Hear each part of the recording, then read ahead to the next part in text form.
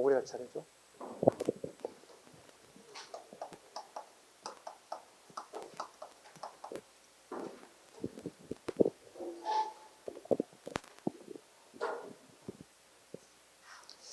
자, 초기 고구려 볼게요. 초기 고구려 합니다. 고구려는 압록강 지류인 동가강 유역에 동가강에 밑줄 것이고 졸본 오늘날의 한인 지역에서 주몽이 건거가 있다. 졸본 밑줄 것이고 그 다음에 셋째 줄에 부경이라는 창고를 두었다. 되게 잘 나온 단어가 부경이죠. 고구려에 뭘 보이는 거예요?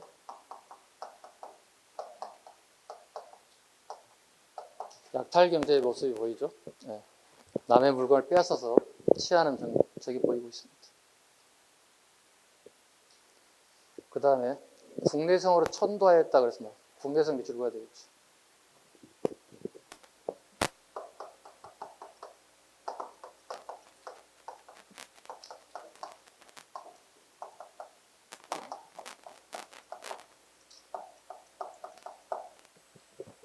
천도 방법 순서죠.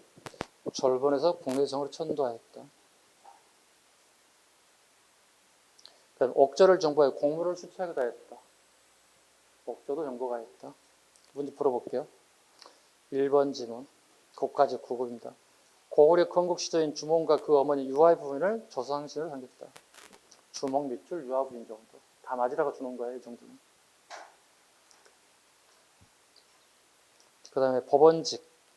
원래 법원직 문제 좀 우리 시험보다는 약간 좀 어렵습니다. 난이도 조금 높습니다. 한능급 문제입니다. 그러니까 법원직에도 나오고 한능급에도 공통으로 나온다는 거죠. 고구려에는 부경이라는 작은 창고가 있었다. 부경 밑줄 보면 되겠죠. 이것도 마찬가지로 약탈 경제를 의미하고 있습니다. 그 다음에 3번 질문. 고구려의 손오부는 자체의 종묘와 사직의 제사를 지내기도 하였습니다. 네, 이게 그 당시 가장 난이도 높았던 문제 중에 하나예요. 그 시기예요. 네. 종묘와 사직의 제사를 지냈다. 종묘 사직의 제사를 했다는 얘기는 거의 대부분 조선시대를 얘기하는데 고구려의 이런 모습이 보였다는 모습 때문에 되게 어렵게 느껴졌던 것 중 하나예요. 왜냐하면 우리 기본서에 대부분 이걸 써놓지 않아요. 네, 중요하지 않기 때문에. 그래서 앞에 또 적어놓으실래요? 그 3번에서 난이도 상이라고 좀 적어놓으세요. 네. 이렇게 표시해야 돼요. 이렇게 난이도 상 이렇게요. 상 중한데 난이도 상만 읽고 표시하자고 이런 거 제가 약속으로. 이거 되게 난이도 높은 문제였다 정도만 체크하라고. 근데 높은 문제를 왜 던져주느냐? 대부분 우리 현재 공무원 시험은 대부분이 난이도가 중이나 하거든요. 지금 현재. 근데 가끔 하나 내지 두 문제 정도가 상에 해당되는 문제가 나와요. 조절용, 점수 조절용으로. 근데 대부분 여기 근현대사에 나와야 되거든. 난이도 조절용이. 앞에는 대부분이 중이나 하밖에 안 나올 거거든요. 근데 갑자기 이 부분에서 이게 나오게 되면 안 된다는 얘기거든요.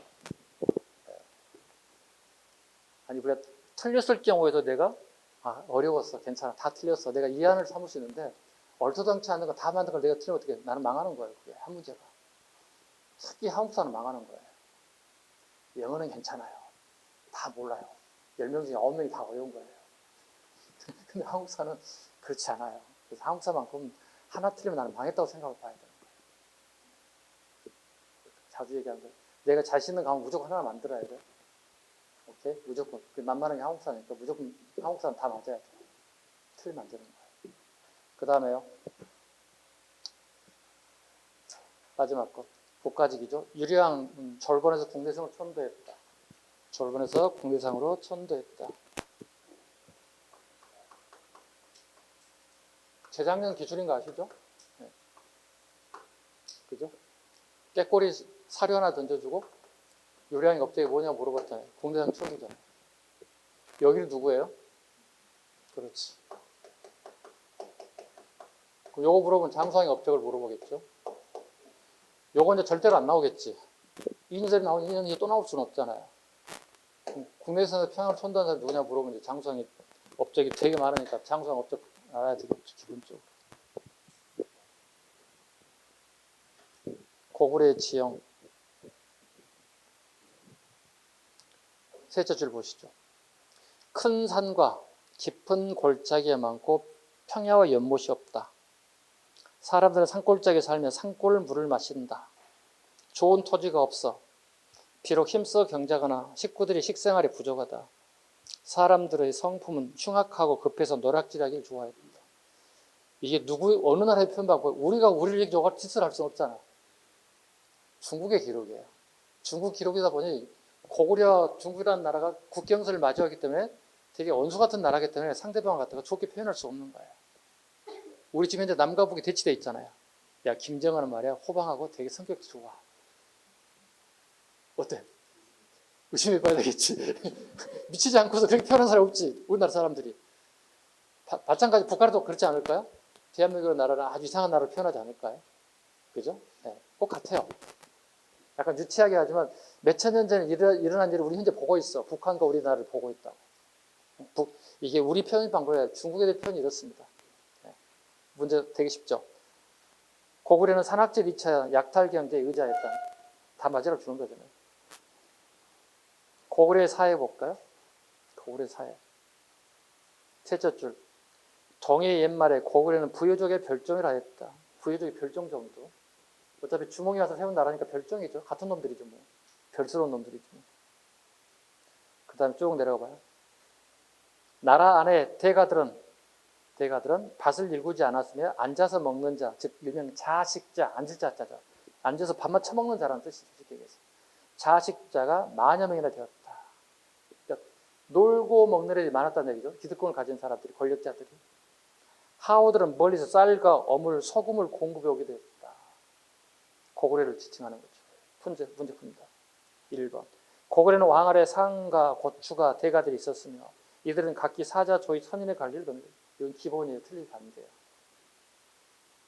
사자, 조이, 선인의 관리들을 거느리고 있었다. 두 번째, 고구려는 부여의 별종이라 하는데 옷차림은 같으나 말과 풍속은 부여가 많이 다릅니다. 틀렸죠. 고구려는 부여의 별종은 말과 풍속의 부여 같으나 기질과 옷차림이 다릅니다. 되게 디테일한 거예요. 오른쪽 고구려 제천 행사 또 나왔습니다. 이 나라의 동쪽에 큰 굴이 있었는데 수혈이라 부른다. 수혈. 밑줄가 되겠죠. 수혈. 시월에 온 나라 사람이 크게 모여 수신하여 나라의 동쪽 강가로 가서 제사를 지내 나무로 만든 수신을 신 자리에 모십니다. 그 다음 밑에 사료가 합니다. 10월에 지낸 제천 행사는 국중대로 이름이 동맹이라고 했습니다. 동맹의 밑줄 국중대. 국가의 가장 큰 행사는 얘기죠. 국가의 큰 행사가 동맹이라는 게 있었다. 문제가입니다. 고구려는 10월에 추수감사절 제천 행사를 치렀고 왕과 신하가 극동대를 모여 함께 제사를 지냈습니다. 맞습니다. 그 다음에 계리직 사회복지직 19년에 같은 문제가 동일하게 나왔어요. 그러니까 계리직에도 나오고 사회복지직도 나온 거예요. 네. 동일한 문제가 나왔습니다. 부여에는 10월에 나라 동쪽의 수혈에 수신을 모셔다가 제사를 지냈다. 해설지 봅니다. 고구려는 추수감사절 10월에 제천 행사가 열렸습니다. 이를 동맹으로 합니다. 부여에는 12월에 영고라는 제천 행사를 했습니다. 유일하게 부여만 12월에 제천 행사를 합니다. 나머지는 전부 다 10월입니다. 12월에 하는 이유는 뭐예요? 웅성웅성 답입니다. 웅성웅성이 답입니다. 아니 앞에 들으면 웅성웅성이 안 들려요. 정확하게 안 들려요. 12월은 부여는 되게 춥잖아요. 그럼 집에서 고기 먹어야 되잖아요. 많은 사람이 모였으니까 우리가 뭐 돼지 잡고 막 뭐 잡고 뭐 떡도 하고 막 이러잖아요. 많은 사람이 모이기 위한 좋은 방법은 그나마 동물 사냥할 수 있는 가장 좋은 게 12월이에요. 저 북쪽은 눈이 되게 많이 온단 말이에요. 그럼 동물도 어떻게 먹이 활동을 해서 눈 밖으로 나올 거란 말이지. 그럼 하얀 선원이에 검은색의 동물은 되게 눈에 확 잘 들어올 수밖에 없죠. 지금 화살을 쏴가지고 잡아서 같이 나눠 먹을 수 있는 행사이기 때문에 12월에 가장 많이 한다는 거죠. 이 정도까지만 하겠습니다. 별로 중요하지 않는 것 같은데 기대할 필요 없어요. 고구려 풍습가 하겠습니다. 서옥제 밑에 형사취수제 가장 많이 나온 거 아시죠? 고구려 하면 사회 파트에서 정치, 경제, 사회 파트 가장 잘 나오는 게 서옥제, 일종의 대릴사이제이다. 대릴사이제이다. 서옥제. 서자가 남편 서자인 거 아시죠? 남편 서자. 그래서 옛날 사극 보면 어떻게? 부인이 남편 부를 때 뭐라고 불러요? 오케이, 서방님 이렇게 부르죠. 서방님. 서방님 오인 옷차림이 있으니까 어딜 내출하시려고 이러잖아요. 네. 남편 서자입니다. 그 다음에 서옥의 옥의 집옥자죠. 집옥자죠. 혼인하는 풍속을 보면 구두로 약속이 정해지면 신부집에 본체에 대해 작은 별채를 짓는데 이를 서옥이라고 합니다. 남편이 사는 집이라는 뜻이 되겠죠. 해가 저물 무렵 신랑이 신부집 문 밖에 와서 이름을 밝히고 꿇어앉아 절하여 안에 들어가 신부와 잘 수 있도록 요청합니다. 야, 진짜 개방적이다. 요즘에 이렇게 하면 그 신부 되는 아빠한테 뒤지게 맞을 것 같은데? 아니면 경찰 부를 것 같은데? 이렇게 두세 번 청하면 신부의 부모가 별채에 들어가도록 허락합니다. 자식을 낳아 장성한 신부를 데리고 자기 집으로 돌아갑니다. 이걸 보면 되게 개방적이죠. 결혼 풍습이. 그죠? 거의 21세기도 안 한 짓을 하고 있어요. 그죠? 네. 저희 딸이 있는데 누가 이렇게 하면 그냥 부를 것 같아요. 경찰. 아빠도 그럴 것 같아요. 이런 XX에서 되게 혼낼 것 같아요. 어디 감히. 네. 여러분 아마 여성분들 아마 아빠한테 어떤 애가 와가지고 그렇게 하게 되면 거의 반 죽여놓을 것 같은데. 형사치수제. 나올 것 같아서 계속 나오고 있는데요. 두 번째 줄로 가볼까요? 고옥천왕이 죽죠. 그죠? 고옥천왕이 죽자. 죽은 뒤 왕비인 우씨가 고옥천왕 아래 동생인 발기를 제쳐두고 동생인 연우와 혼인하죠. 그 연우가 왕이 되죠. 네. 연우가 무슨 왕이 되죠? 산상왕이 돼요. 연우가 산상왕이 돼요. 연우 한상.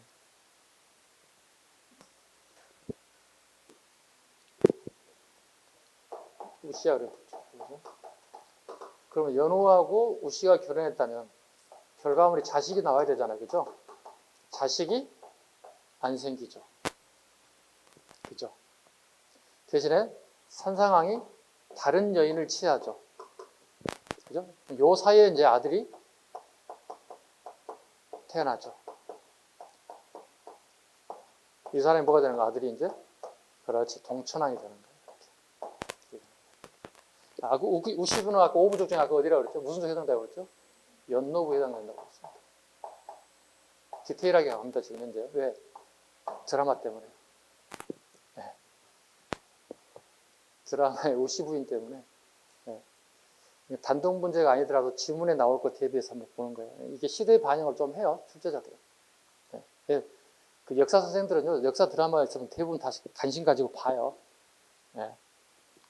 그럼 본인들도 영향을 받을 수밖에 없죠. 이거, 이 파트 이거 한번 내볼까? 연월래도 우시대도 한번 내볼까 하겠지. 참고로 드라마를 제가 8편까지 봤다고 그랬잖아요. 관심 있게 봤는데 재미는 더럽게 없어요. 사극 그렇게 재미없는 거 처음 봤어요. 네. 본 사람이 있다고 그랬지, 누가. 봤어요? 네, 안 봤을 거든. 안 봐서 안 봐도 돼요. 재미 더럽게 없어요. 네, 1편부터 8편까지 온통 저녁이 벌어진 일이에요. 조명이 온통, 네. 왕 만들기 전까지 하루 얘기를 8편에 걸쳐서 하는 거야. 왕이 죽었네, 저녁에. 그 다음 새벽에 동이 틀 때까지는 왕을 결정해야 되는 거야. 그러니까 새벽에 이동하는 게 8편까지 나오는 거야. 그러니까 조명이 온통 새카만 거야. 저 탤런트가 누구야? 저 영화배우 누군지도 모르겠어. 캄캄. 막 짜증나고 탈퇴할 수도 없고 8편까지 보고 수도 떼 있습니다. 그 뒤로 나왔는지 모르겠어요. 그렇다는 뜻입니다. 다음 가겠습니다. 2번 가죠. 부경이라는 창고가 있었다. 맞죠? 부경 창고가 있었다.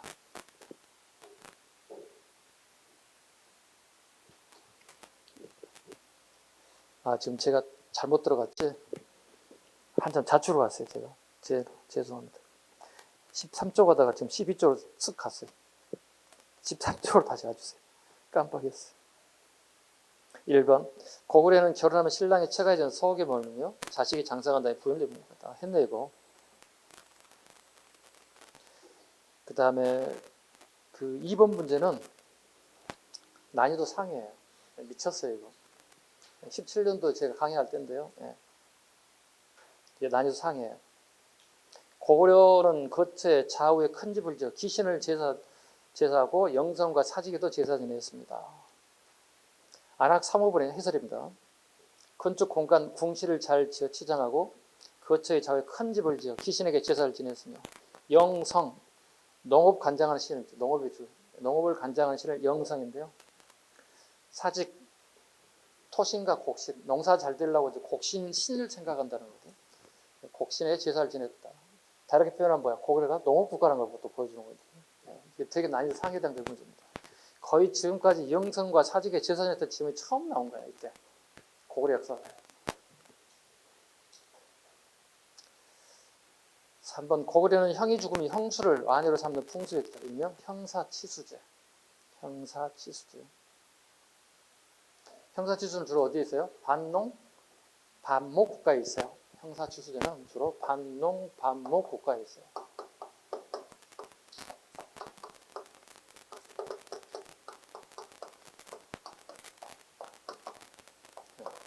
반농, 반목가에 있습니다. 주로 우리나라 같으면 부여하고 고구려, 기타 나라에는 이제 흉노족이 있죠. 흉노족도 이렇게 하고 있습니다. 북방민족이었던 흉노족도 반농, 반목의 결혼 제도가 있습니다. 우리나라 같은 부여와 고구려 등이 반농, 반목도 있다. 반은 농사 짓고 반은 목축업에 종사한다는 거죠. 그만큼 뭐가 필요한 거죠? 그렇지. 노동력 확보가 되게 필요한 거죠. 형수와 조카들이, 형수와 결혼하면 형수만 나가는 게 아니라 조카들도 나간다는 얘기죠. 그죠? 그만큼 내가 가져온 노동력이 상실되겠죠. 그걸 유지하기 위해서는 형수하고 제사를 드는 형수의 뭐 사랑의 목적으로 결혼하는 게 아니라 노동력을 유지 또는 확보할 목적으로 이와 같은 제도를 하고 있다는 거예요. 이 정도 하겠습니다. 넘겨가겠습니다. 다음 페이지 옥저가죠. 옥저하면 가장 많이 나오는 게 민며느리제. 민며느리제. 아마 고구려보다 더 많이 나올걸요. 옥저의 민며느리제도가. 네. 두째째 보시죠. 여자 나이 10살이 되기 전에 혼인을 약속한다. 와우. 10살이 되기. 옥저. 우리 이렇게 얘기하죠. 매매원적 성격이라고 하죠. 매매원적 성격이다. 사고 판다. 살매, 팔매. 여자를 사고 판다는 뜻이죠. 사고 판다. 그래서 임신매매가 아니 임신매매는 아니고 합법이에요. 합법이에요. 여자를 사고 판다. 10살 내에 이랬다. 네. 그래서 매매원적 성격이다. 옥저의 풍습. 옥저의 성품은 강직하고 용맹하여 보전에 능하였다. 보전의 밑으로 가죠. 보전. 네. 보전에 능하였다. 거를 보자니까 우리 군대 가면 이제 포병들 남성분도 거의 대부분 포병 출신이 많을 것 같기도 해요. 그죠? 포병도 있긴 합니다. 선생님 포병입니다. 포병 손 들어주세요. 한 명밖에 없어요? 오, 다 포병 뭐 이런 거야? 뭐 비행기 타고 다니는 사람들이야 여기? 해군 막 이런 사람들이야? 오. 아니 이 포병 정도를 알아야 되거든. 군대 다녀온 사람들은. 네. 걷는 거. 그래서 속된 말로 땅개라고 불렀어요. 네. 아니 저희 땅개라고 부르지 않고 공군인 해군 애들이 저 땅개 새끼들이 불렀거든요. 약간 비하하는 용어예요. 네. 그러니까 공군 해군이 육군보다 좀 더 위에 있다고 생각하는 거죠. 실은 그렇진 않아요. 실은 포병이 편하고 좋아요. 땅에서 돌잖아요. 안전하잖아요. 언제 떨어지면 언제 깔았는지 모르는 애들. 안전하잖아요. 안전하잖아요. 하늘로 솟구치지도 않고 바닷속으로 떨어지지도 않잖아요. 얼마나 좋아. 네. 동의하세요? 포병 출신? 동의 못해요? 동의 못한다는데? 알았어요. 자, 보전에 능하였다. 이거 하나만 체크하면 될 것 같아요. 두 가지죠, 그러니까. 매매원적, 민면대 제도하고 보전 정도로. 문제 바로 갑니다. 옥저는 농경이 발달하였고 어물과 소금, 요거 자주 나오죠. 어물과 소금이 해산물이 특산물이었다. 두 번째도 거의 같죠. 끝에 가면 체크하면 돼. 고구려의 곡물로 바쳤다. 옥저는 고구려의 곡물을 바쳤다. 물건을 바쳤다는 뜻이죠. 공적인 물건이고. 그 다음에 세 번째, 보전에 능하였다. 그 다음에 네 번째, 민며느리 제도가 있었다. 민며느리 제도. 그 다음에 옥저에는 가매장하였던 가족의 뼈를 추려 목각에 안치했다. 가매장 밑줄. 사람이 죽으면 땅에다 바로 묻는 게 아니라 이렇게 처음에는 여덟 커던 산 꼭대기 바위 위에다가 시신을 이렇게 올려놨다는 거야. 이렇게 자기 부모가 죽으면 그럼 온갖 동물들이라서 살점을 다 떼어먹겠지. 근데 좀 잔인하잖아요. 자기 부모잖아요. 그러다 보니까 점차 이렇게 발전되는 거예요. 이런 식으로. 그러니까 이런 공간에다가 만들고 그다음 이렇게 나무를 덮고 그다음 나무를 약간 덮어서 동물로 약간 보호할 수 있게. 그리고 한 2년이나 3년쯤 지나면 이게 다 썩겠죠. 그럼 다시 뼈만 추려가지고 다시 제사를 장례를 치는 방식. 옥저의 풍습. 우리 기록에 1960년대, 70년대까지 호남 지역하고 경상도 지역에도 이 제도가 발견돼요. 그리 먼 얘기가 아닌 거예요. 네, 그리 먼 얘기가 아니에요. 6번, 옥저는 일종의 매매원적 민며느리 풍속이 있었다. 밑에 그 동일한 문제, 한눈으로 동일한 문제. 오른쪽 동해 가봅니다. 동해는 체카제도가 있었다. 사유재산 인정하는 거죠. 남의 땅에 들어가 농사 짓지 말란 얘기죠. 그래서 상하는 벌을 주겠다. 풍습. 동성끼리는 결혼하지 않았다. 뭐죠? 한자로 조계혼의 풍습이 있었다. 조계혼.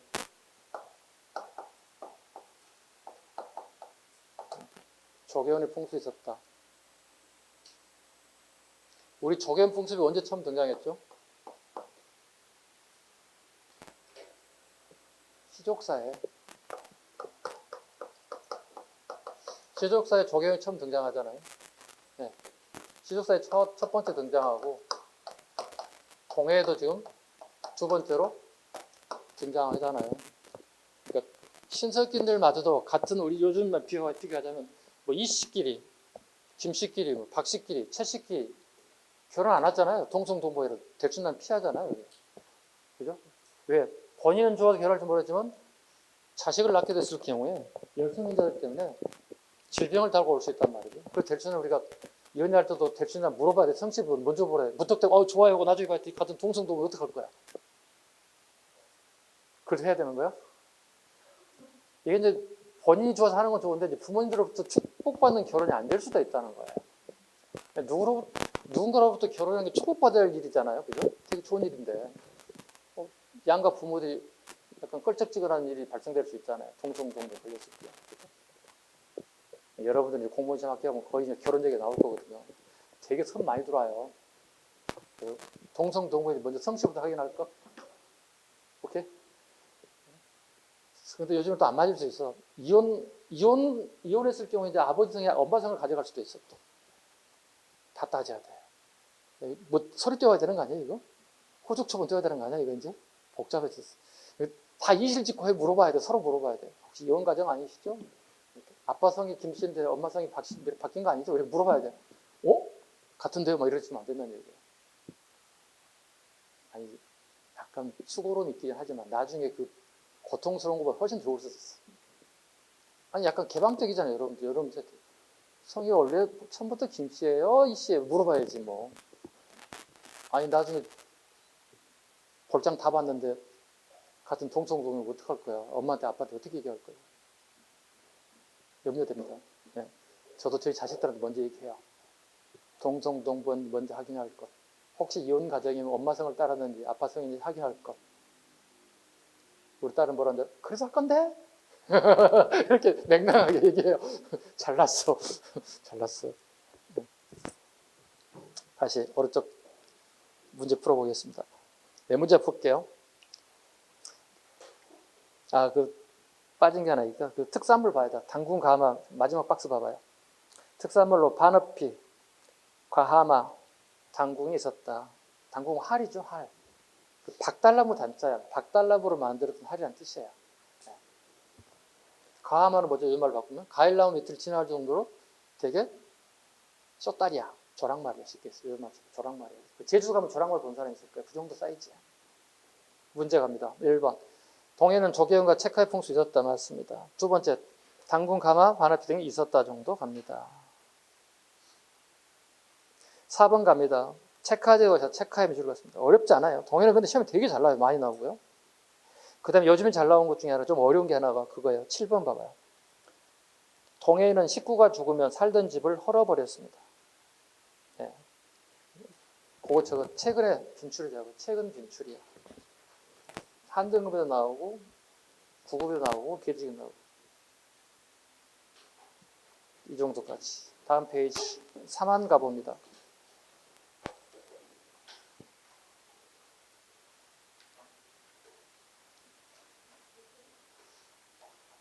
3안 보겠습니다. 3안에 사료 보겠습니다. 마한 갑니다. 누에를 치러 누에 정도. 그 다음에 뽕나무 정도까지. 변한. 여기도 마찬가지로 뽕나무 또 나오죠. 그 다음에 비단과 배를 제작하였다. 문제 보겠습니다. 7급 문제죠. 1번. 3안은 철제 농경의 사용으로 농경이 발달하고 병영사를 하였다. 다 맞힐 수 있는 문제. 그 다음에 두 번째 질문은 특별하게 안 하셔도 됩니다. 이건 경찰 문제인데요. 이렇게까지 공무원시험에 깊이 나오진 않아요. 수업 시간에 얘기하죠. 먹지국이니 뭐 진앙이니 뭐 이런 얘기 하는데 9급에서는 잘 나오지 않습니다. 일반직에서는. 풍습과입니다. 풍습. 첫 번째 순장. 순장 나왔을 때는 무조건 그걸 키워드로 잡지 마세요.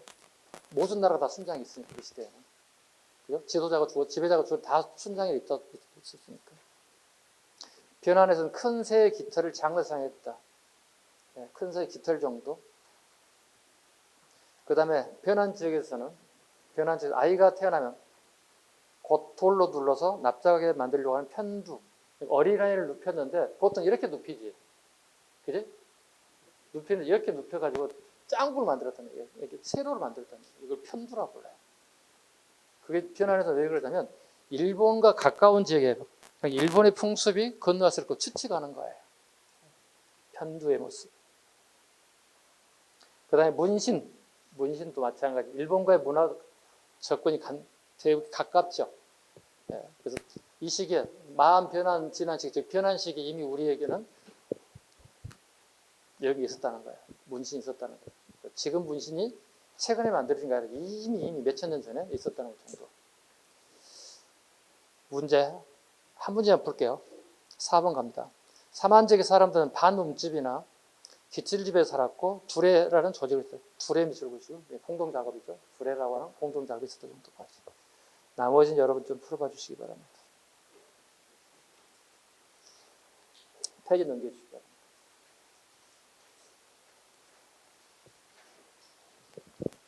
18페이지 고대사의 발전. 고구려의 건국사라. 아직은 할만하죠? 어려운 거 없죠? 거미지 정도 가지고 뒤로 가야 좀 힘들어지죠. 네. 천만 다행이에요. 실은 오면서 고민했어요. 처음부터 빡세게 하자. 근위대사부터. 근데 여기 오는 순간 여러분 얼굴 보고 큰일 나겠다. 안 되겠다. 마음을 돌렸어요. 1페이지부터 가자. 왜냐하면 여기서 근위대사 하면 좋아할 분들이 계세요. 실력이 좀 되신 분들은 근위대사 쪽 하는 걸 더 좋아해, 선호해요. 네. 그렇죠. 눈빛을 봐서 알아요. 반 이상은 처음부터 잘했어. 큰일 날 뻔했어요. 고구려 건국사라부터 갈게요. 잘 안 나오는데 일단 편지상 들어가 있어요. 자, 나는 천재의 아들이며 하백의 따님을 어머니로 모신 추무왕이다.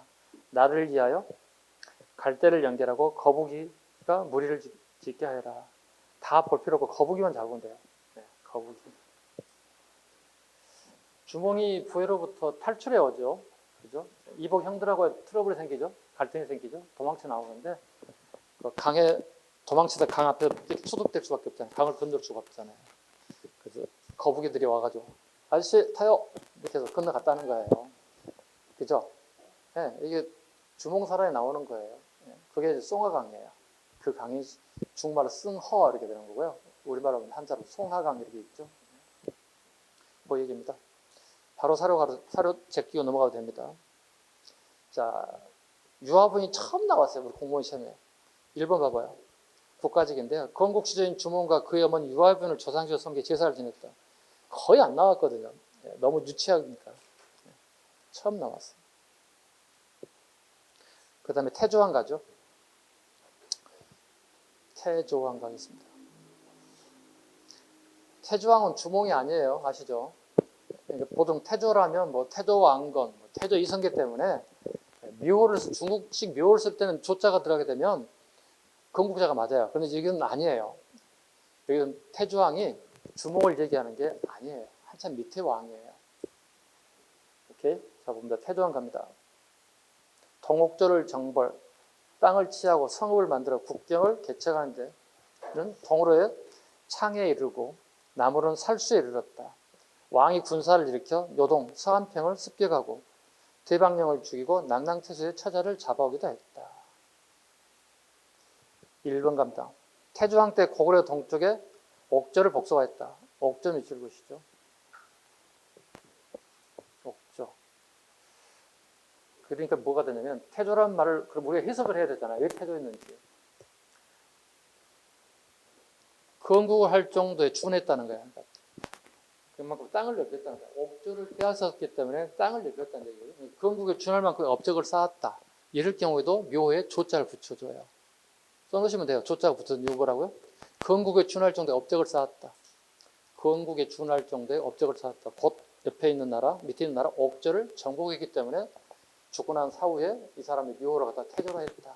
원래는 조자가 붙으면 뭐가 돼? 건국자가 되는 거야. 근데 이 사람은 건국에 준할 정도의 업적을 쌓았기 때문에 그냥 태조라 붙였다. 그게 어디냐? 옥저다.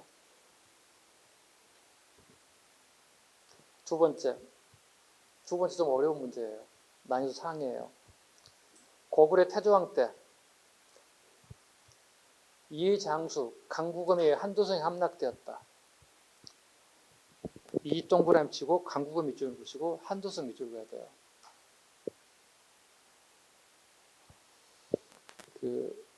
고구려에는 국내성이 있고 한도성이 있어요. 두 가지가 있어요. 하나, 두 가지가 있어요. 여기는 평지에 있는 성이 평지성이에요. 여기는 산성이에요. 그러니까 평상 또는 일상생활은 거의 대부분 왕족들이 평지에서 하죠. 산에서 되게 불편하잖아요. 그죠? 이건 뭐냐면 전시예요. 전시에서 이렇게 이동해 오는 거예요. 전시가 이렇게 산에서 보호받기 위해서. 그러면 한도성이 함락당했다는 얘기, 여기도 함락당하고 여기도 다 함락당했다는 뜻이 되는 거예요. 그렇죠? 아니 생각해 보세요. 전쟁이 일어나면 어떻게 왕족들이 어떻게 부랴부랴 짐 싸가지고 어떻게 야 산으로 가자 산으로 다 갔을 거란 얘기야. 그럼 여기는 자연스럽게 무너졌겠지. 그럼 한도성도 무너졌다는 얘기보다 여기도 무너지고 다 무너졌다는 뜻이 되는 거죠. 그럼 그 나라에 엄청난 위급한 상황이 도래했다고 봐야 되겠죠.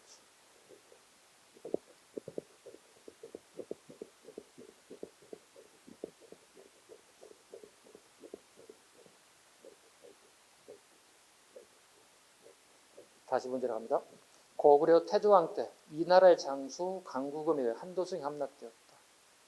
X.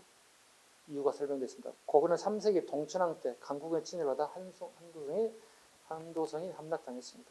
동천왕이 들고 있는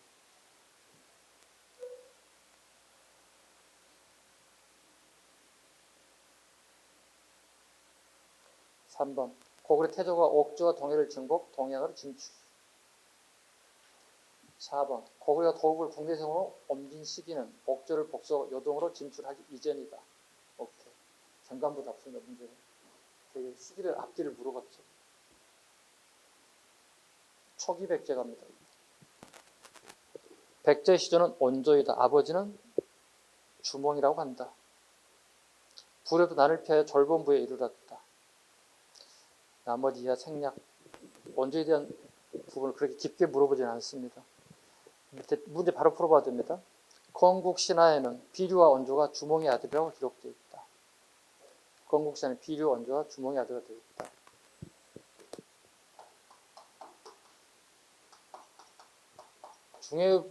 주몽의 부인이 있죠. 어디에 있나요? 부여에 있죠. 아직 내려오지 못했죠. 주몽이 내려와서 새롭게 맞이한 부인이 있죠. 이 부인이 누구예요? 서선어예요. 서선어는 결혼한 걸로 봐요. 그래서 여기에 원조와 비류가 있다는 거죠. 비류가 형이기도 해요. 그렇죠? 그리고 뭐예요? 부여의 주몽의 아들이 유리죠. 유리가 남하하죠. 남하하게 되면 어떻게? 유리라는 세력과 이 세력, 크게 보면 주몽의 부인과 소선어 간의 세력, 또는 그의 아들인 유리와 원조 비류 간의 세력이 알력 다툼이 일어나겠죠. 왜? 왕의 자리잖아요. 그 자리를 내가 물려받고 싶지. 남에게 주고 싶지 않잖아요. 자, 유리는 뭐야? 우리 아버지가 세운 나라야. 난 정부인의 아들이야. 그럼 내가 당연히 적장져야 돼. 이렇게 되는 거고. 여기 원조와 비류는 뭐야?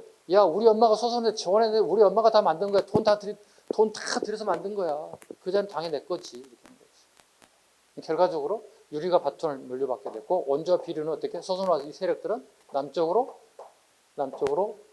이주할 수밖에 없다는 거죠. 그 결과 비류는 어디에? 여러분 지금 여기 이 자리가 어디야? 미추홀에 나라를 세웠고, 여기는 서울에다가 한강변에다가 나라를 세웠다. 보통 여기는 비류백제, 역사 표기방법을 편하게 해서 비류백제 이렇게 얘기하죠. 비류백제 이런 식으로. 그 다음에 여기는 하남 이래성에다가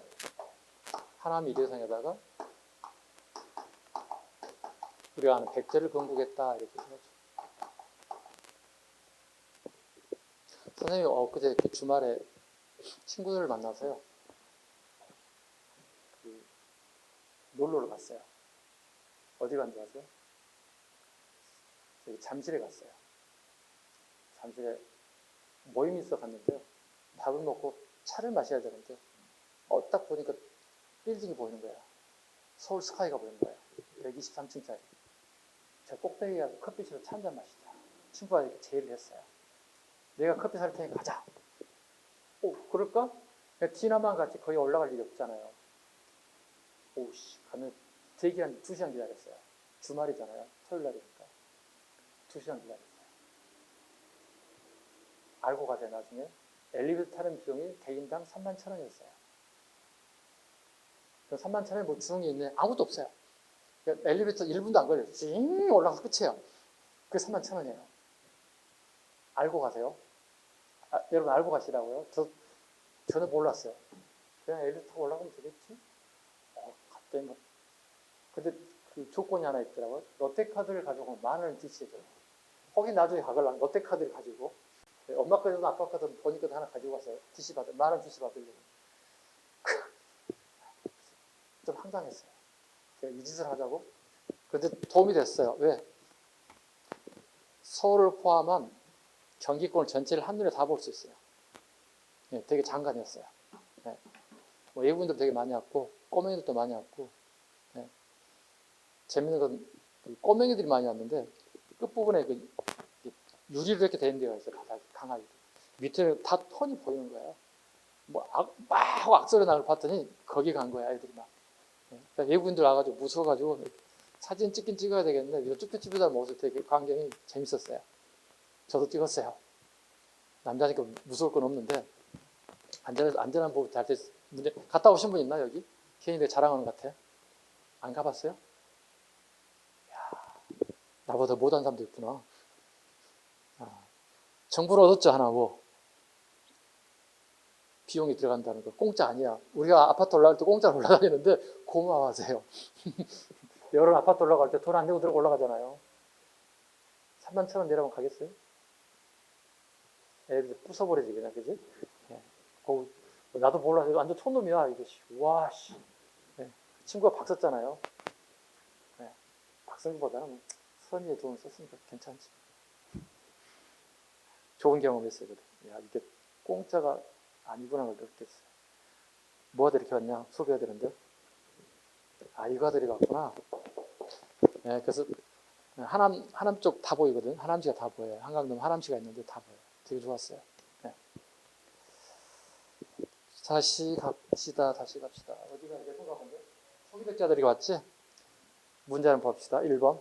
18페이지 하단부에. 건국신화의 비류완조가 주몽의 아들이라고 하였다. 맞죠? 네. 건국신화의 비류와 원조가 주몽의 아들이라고 했다. 어머니 누구라고요? 서선어. 원래 아들은 원래 오리지널 여기죠. 유리겠죠. 그래서 유리가 이제 왕이 계승해서 유리왕이 되겠죠. 얘들은 남하에서 백제를 공부하고 여기는 리출에다가 리출 백제를 비류 백제를 만들었죠. 역사책에는 비류 백제 이렇게 표현한다고 되어 있습니다. 오른쪽 초기 신라 왕의 변천가입니다.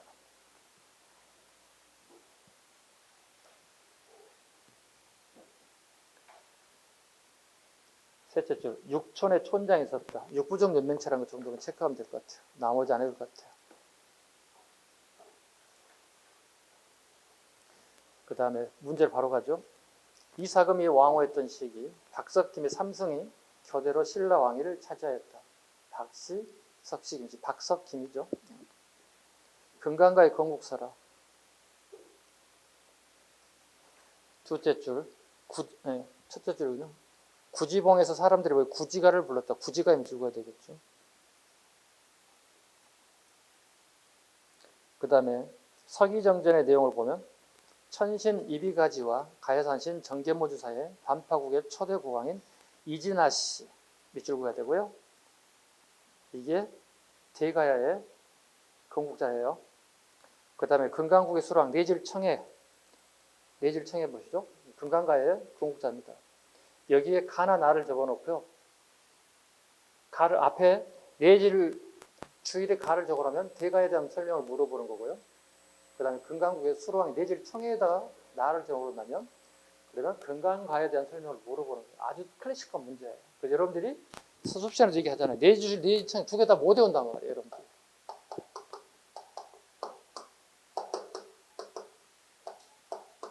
대가야, 금강가야.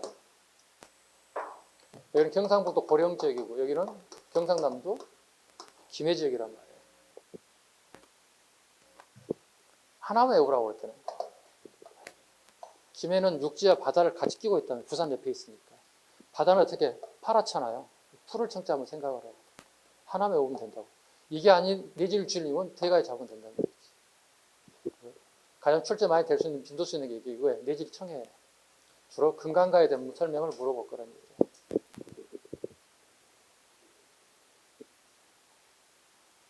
문제 갑니다. 1번. 금강가의 시주는 수루왕이며, 맞죠? 김수로죠. 수루왕이며 구지봉 전설이 있습니다. 구지봉 전설이 있습니다. 두 번째. 금강가의 시주는 수루왕으로 구지봉 전설이 있으며 아유타국에서 온 공저 혼인을 하였다고 합니다. 아유타국은 원래 인도에 있는 어떤 그 당시에 여러 개 부족 국가 중에서 하나에 해당될 거라고 보고 있습니다. 아유타국에서는 공저 혼인을 하였습니다. 가락국기에 가면 아유타국에서는 공주 화왕옥과 혼인하였다고 합니다. 그 선생님이 저기 김해김씨라고 그랬잖아요. 네, 김해김씨들이 여기 해당되는 거예요. 네, 선생님 김해김씨입니다. 몇 대손까지 설명해 줄까요? 족보 싸움 했거든요. 친구들하고. 몇 대손이 선생님 72대손이거든요. 친구가 76대손이래요. 무릎 꿇어봐. 왜? 76대손이 어디 감히 72대손으로 돌아? 이렇게 할아버지 중에 할아버지인데. 네. 하왕하고. 그 오늘날의 허씨들이 또 같은 김해 허씨예요.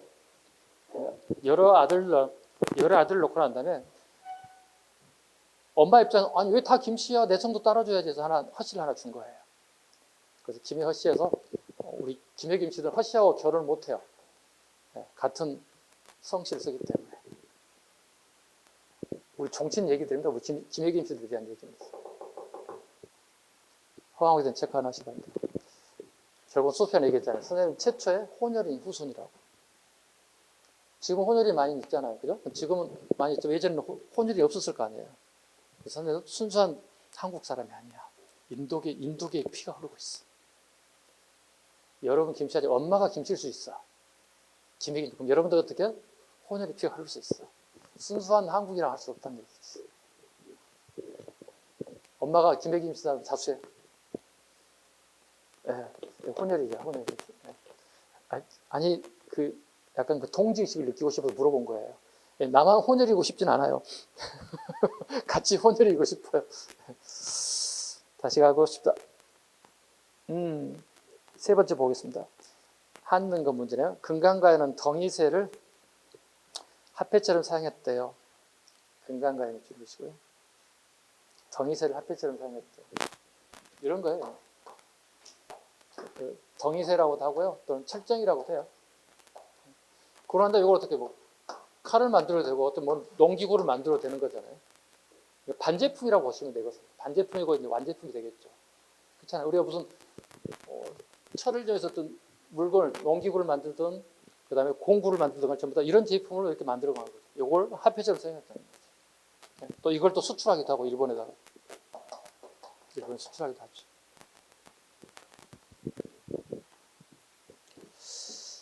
그다음에 밑에 사료가 볼게요.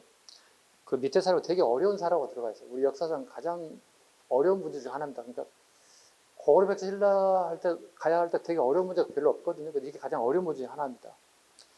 자, 포상팔국이라는 게 있거든요. 사료를 먼저 읽고 문제를 풀게요. 포상의 8개 나라, 그러니까 아라국을 치기로 함께 깨하자 아라국에서 사신을 보내와 구원을 청하였다. 이사금이 왕손 나름에게 이웃의 군과 육부의 군사를 거느리고 가서 구해주게 하여 드디어 8국의 군대를 패배시켰다. 그 후 3년이 지나 골포, 칠포 세 나라 사람이 가라성을 공격하고자 왕이 군사를 거느리고 가서 구하여 세 나라의 군사를 대패시켰다. 무슨 말인지 하나도 몰라요. 근데 문제 풀면 되게 답이 나와요. 되게 난이도 높은 문제인데요. 앞으로 나올 수가 없어요. 이 문제는요. 왜? 엄청 저희들이 요구했던 문제 중에 하나예요. 요구할 수 없어요. 되게 심도 있게 들어가는 문제예요. 전공자들이 신라 깊이 들어가는 문제 중에 하나예요. 금강가야가. 다 가볼게요. 금강가야는 포상판국의 난을 계기로 신라 세력을 축출하고 가야의 명을 든 것과 틀린 질문이에요. 해설지 보세요. 금강가야는 포상팔국의 난을 진압하기 위해 신라의 도움을 받았다. 포상은 이 당시에 포구, 강이나 바다를 포함한 뛴 육지 고을이라는 뜻이다. 결국은 금강가의 힘으로 토벌할 수 없어서 신라의 도움을 받은 게 포상팔국의 난이에요.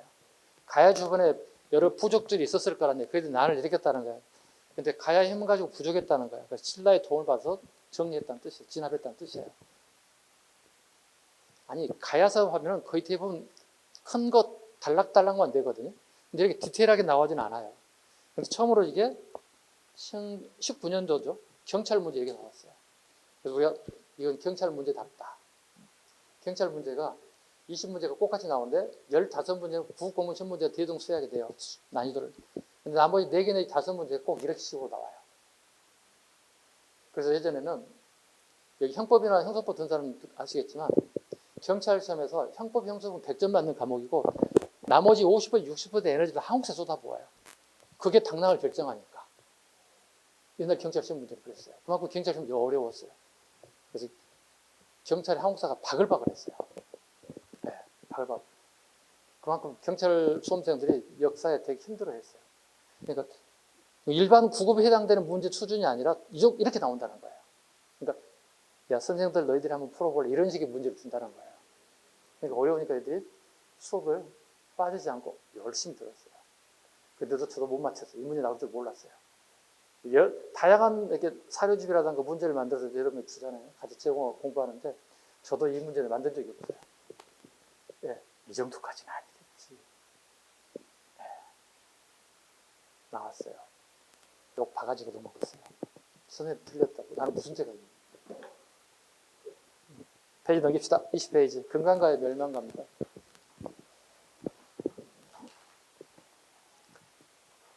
범왕 19년 금강국의 왕 김구해가 왕비와 맏아들 노종, 둘째 아들 무덕, 셋째 아들 계난, 막내 아들 무력 밑줄 그어야 돼요. 김유신 장군의 할아버지세요. 네, 김유신 장군의 할아버지 김무력 장군. 훗날 백제 성왕을 죽일 때 같이 참여했던 왕이기도 합니다. 김무력과 더불어 자기 나라의 보물을 가지고 항복하였다. 임금이 예를 갖추어 대접하고 상등의 지혜를 주었으며 금강국을 시급으로 살게 하였다.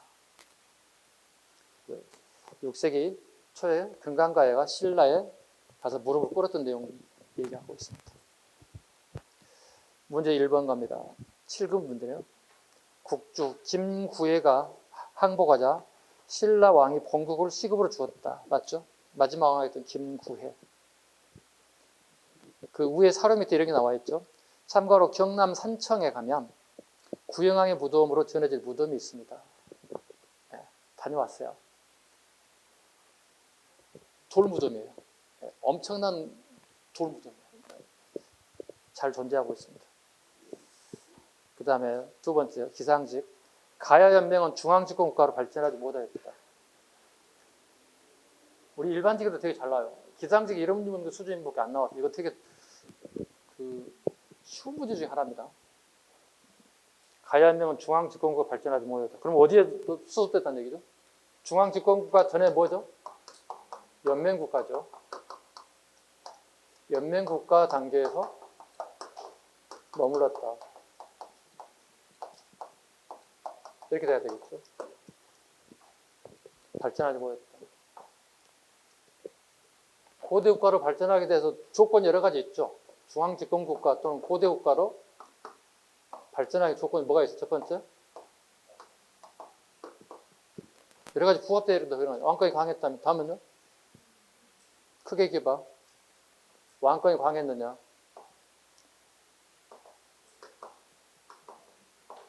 영토를 확장했느냐? 영토를 확장했다면 군대를 파견했거나 관리가 있었느냐? 뭐 불교가 공인됐느냐? 뭐 여러 가지가 있잖아요, 그죠? 여러 가지 있죠. 근데 가야란 나라에 이거 다 있죠. 근데 뭐가 없어요? 이게 없죠. 가야는 불교가 공인된 기록이 없죠. 불교는 들어왔죠. 언제 들어왔죠? 가야에? 가야에 불교는 들어왔어요. 아까 인도 아유타국에서 공주가 들어왔다고 그랬잖아요. 그때 불교가 들어와요. 불교가 들어와요. 그때 불교 들어온 것 중에 하나 뭔지 아세요? 여러분 절에 가면 절 건물의 끝부분에 보세요. 이렇게 모서리 지잖아요. 이렇게 건물이 있다면 이 부분에 모서리 여기에 고기를 만든 조각 보았어요? 뭐 붕어인지 생선 종류 이렇게 고기가 이렇게 땡그랑 달려있는 게 있어요. 예, 그게 인도에서 들어온 거예요. 예. 가장 오래된 불교 문화는 실은 가야에 들어온 거예요, 먼저. 그래서 그게 이제 각 사찰로 연결되게 되면서 이 고기에 대한 이 조각이 여기 걸려있어요, 이렇게. 이게 제일 먼저 들어온 거예요. 단, 이 허황국 때 들어오긴 들어왔지만 불교가 공인되지는 못했다는 거예요, 가야가. 공이란 뭐예요? 불법이 아니라 합법이 된다는 거잖아요. 합법화되지는 못했다는 뜻이에요. 국가에서 공인되지는 못했다는 거예요. 그러니까 불교는 허황국 때 같이 들어오긴 들어왔지만, 인도의 오리지널 불교가 들어오긴 들어왔지만 공인되지 못했기 때문에 중앙집권국가라고 할 수 없다. 그래서 연맹국가 단계에서 머물렀다 이렇게 하는 거예요. 아셨죠? 불교가 공인됐다 안 됐다? 안 됐다. 불교는 들어왔긴 했지만 공인되진 않았다.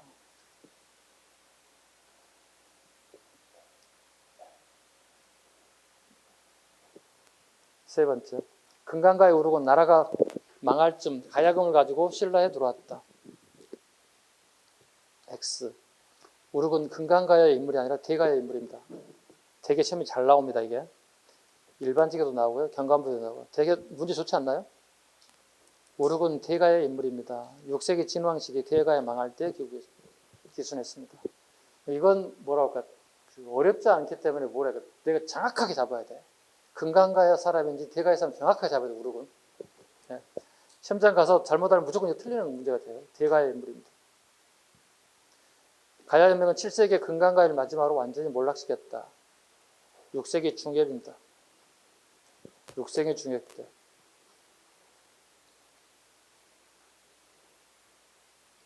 가야연맹은 7세기에 금강가야를 마지막으로 완전히 무슨 왕이에요?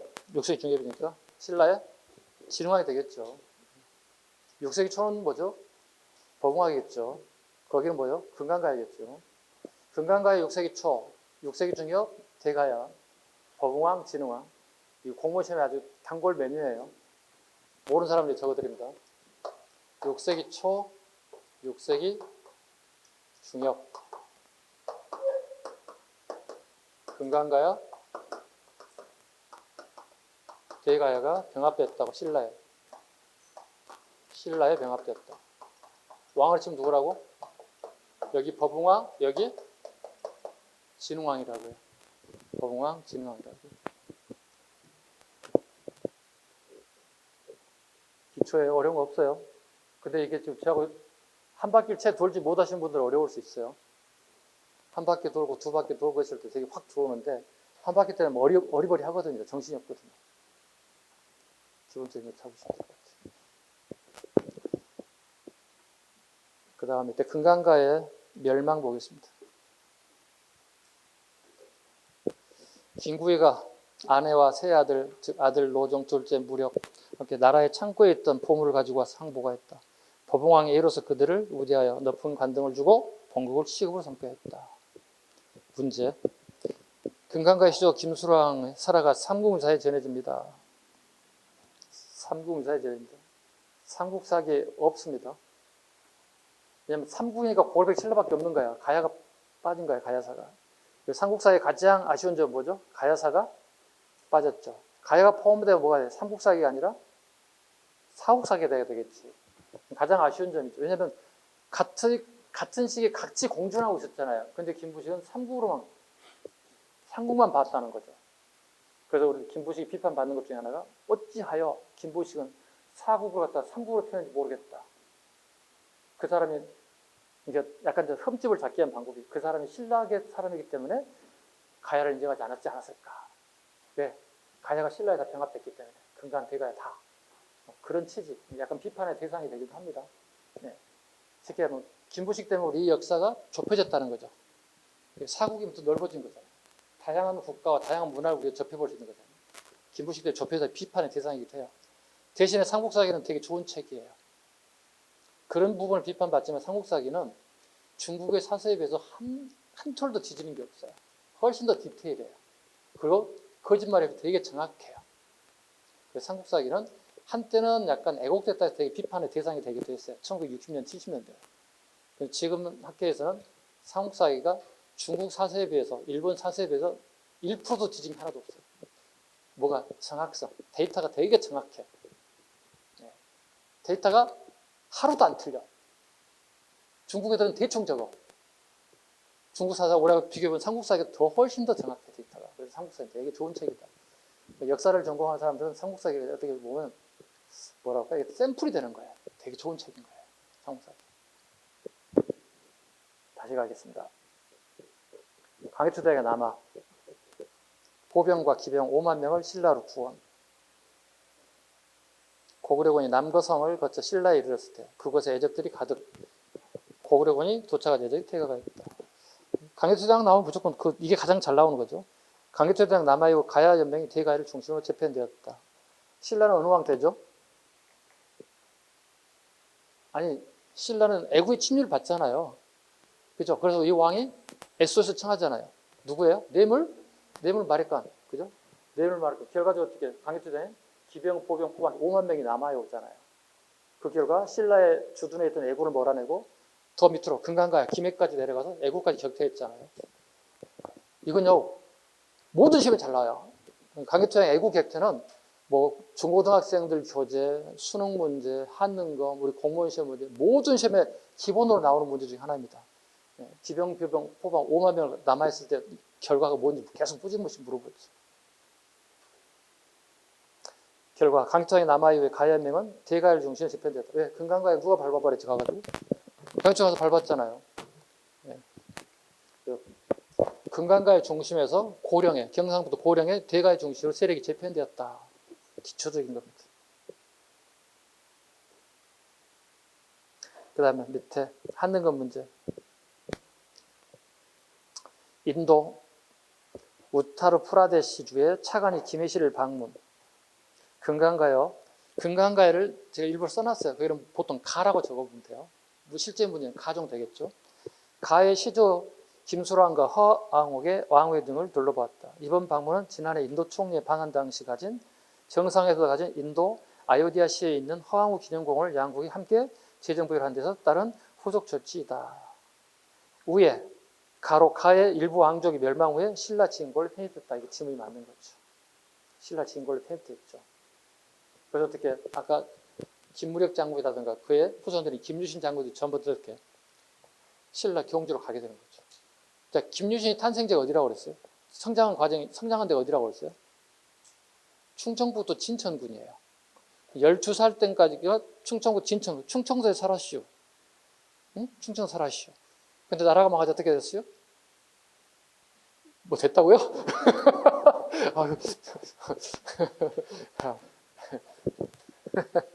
험한 욕을 또. 그래 됐어요. 괜찮아요? 뭐 그렇게 해서 웃는 거지. 자, 오른쪽 대가의 건국사라. 최초에 있었던 서기정전의 내용 나왔습니다. 내질주일, 내질청에 체크하면 되겠죠. 내질주일, 대가야가 금강가에 대한 얘기. 문제 바로 갑니다.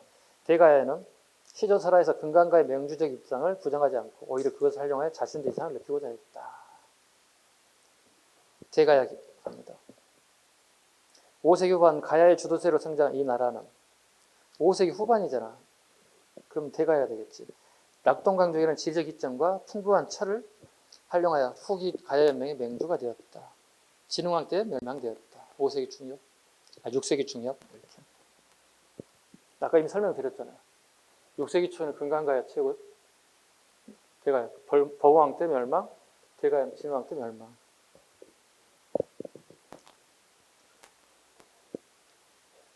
그 다음에 대가야 멸망 때 다 됐어요. 남겨셔도 돼요. 네, 남겨셔도 돼요. 쉬어가야 되겠지. 쉬어가겠습니다.